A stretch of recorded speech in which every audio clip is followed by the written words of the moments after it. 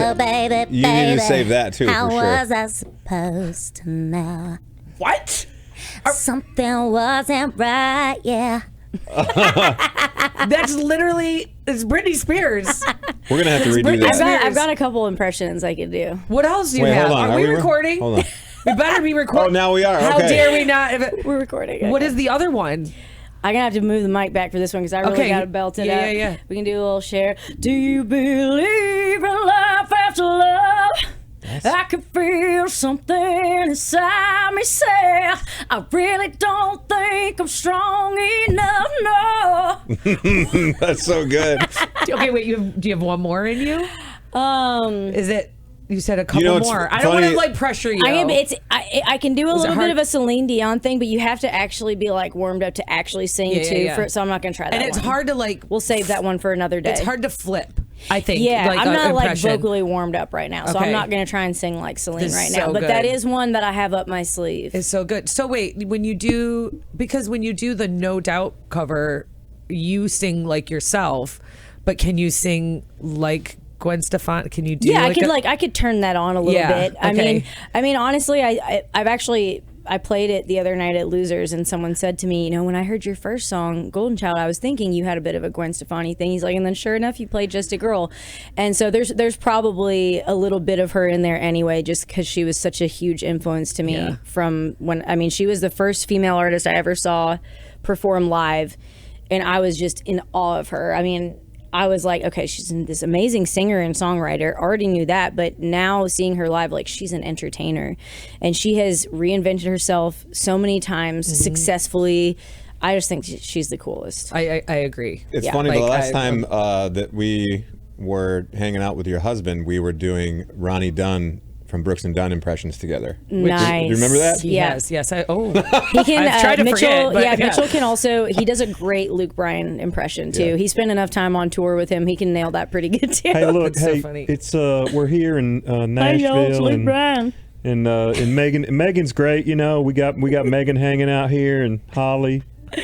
How you doing, Holly? Doing great. Doing great. It's Golden Child. Rob. Congratulations, by the way. Thank you. Top 40. Yay. Right? Top 30 now. Top Top 30. 30 Oh, yeah. now? It's moving Yeah. fast. Yeah, this is so great. We're moving up. I think we got to hear that song probably before anybody long time ago, yeah. else. Yeah, you did. You did. And it was special because I remember it was in a church, I believe, in Nashville, It was a church.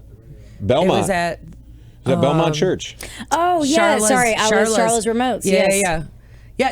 It was very informal church. So that's why Yes. you're not thinking. You're like thinking. I was like, not thinking of it You're as a like, church. was I worshiping that day? Yes. Like, what, I mean, yeah, what yes, happened? always. Of course, yeah. No, it was No, but very I feel like special. it was special hearing those songs in that building. That was Because, that was a really cool moment. you know, stained glass windows, all that stuff, and you know, you could just tell that it was just something special with these group of songs that you were playing. Thank you. Well, I poured out my whole heart and soul on this record. It's my favorite thing I've ever made, and it's definitely the most vulnerable and honest thing I've ever made. And you know, I think for me, as I've grown as an artist, I've felt more and more, you know, God didn't just give me these gifts to make a career out of it, but I think also to help other people. I've had a lot of pain, a lot of trauma, and but you know, I've persevered through it, and I've written songs about it, and writing those songs is cathartic and healing for me, but if it can also be healing for other people and inspire them and make them feel less alone, you know, that's a hell of a legacy. That's to me is using my gifts for good. Do you feel like there's have you had anything that really stands out as far as fans go that they tell you, like, hey, this song got me through this? Yeah. Oh yeah, a lot. Well, you know, on the record, obviously, Blood from a Stone, a song that I wrote about my mom, or really just our relationship or lack of relationship. You know, it's something that a lot of people don't talk about. There's a lot of it's kind of taboo, and there's a lot of shame there. I think especially for young women and the older daughter that's like, you're supposed to be the tried and true, keep showing up. And people who, you know, God bless them, and they grew up with really good relationships with their parents, it's hard to even conceive of a situation where you'd have to set the kind of boundaries that I did.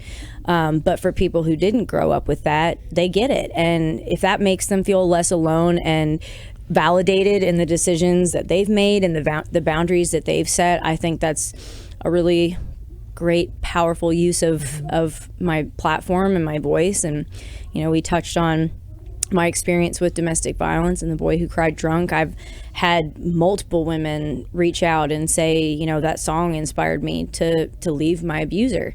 I picked up my kids in the night and left. I mean, I can't think of anything more rewarding than to know that something I created was able to do that for somebody.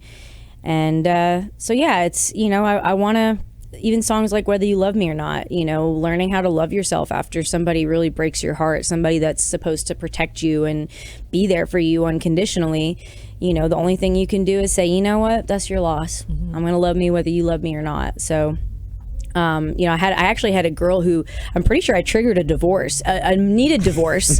But I'm pretty sure yes, was the reason of the divorce. Well, yes. she told me that. So the last EP, I had a song called Red Roses and Red Flags, and when I had been teasing it on socials, this woman had commented on it, and she said, I relate to this, my husband, he'll always bring me flowers, and I know it's because he's been with his mistress. And I was like, girl, you deserve better. Yeah. And you deserve so much better. And I hope that you can see your worth and go find better one of these days, And my amazing manager had this great idea. She said, let's send her flowers.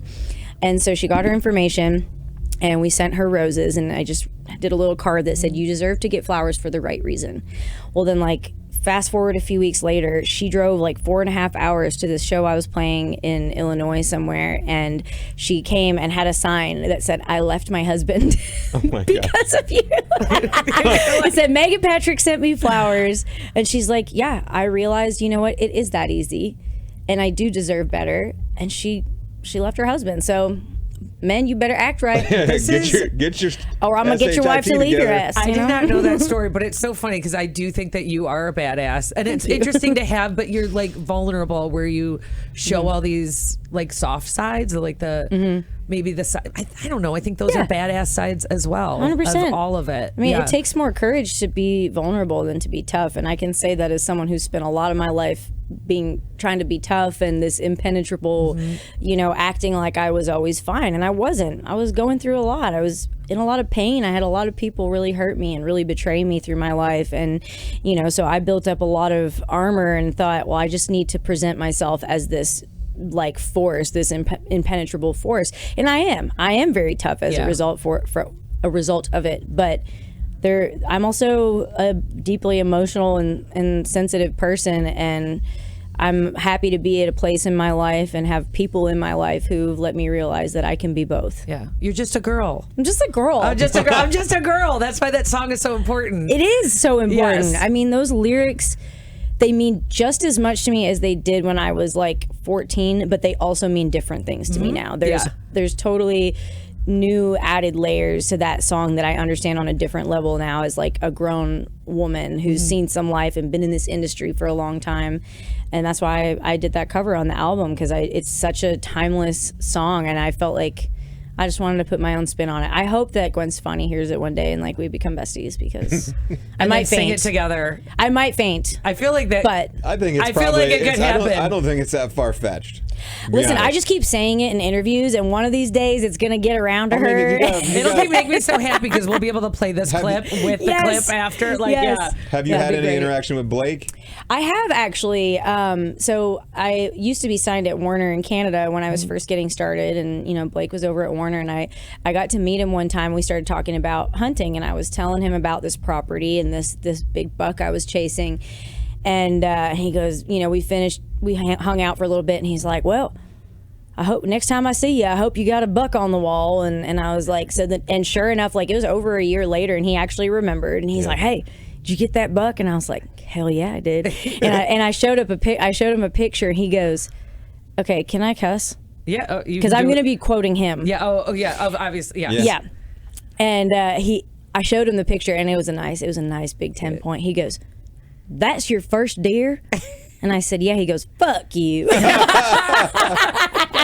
in like the sweetest, most charming Blake way. So I love Blake, and hopefully, if one of these days I'll run into him with his amazing wife, and he can introduce me, and hopefully I don't faint. I feel might like though. he's got hunting on his property. Like he should invite you to hunt there. I mean, yeah. I think that would be Come on, Blake. normal and obvious. That's the obvious choice here. 100%. Rob has a good manifestation technique that he just like throws things out. It has happened.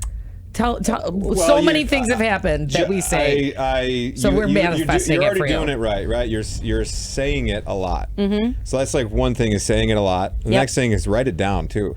Yeah. Write it down and act like it already happened. Yeah, I journal. Yeah. You journal. I'm gonna write it down. So I'd write down like I got to sing "I'm Just a Girl" with Gwen Stefani. Like it already happened. I got to do this. Okay, I haven't done that. I'm going to do that. And then I would just think about it every night when you go to bed. Dear diary. Yeah. I think that's a good.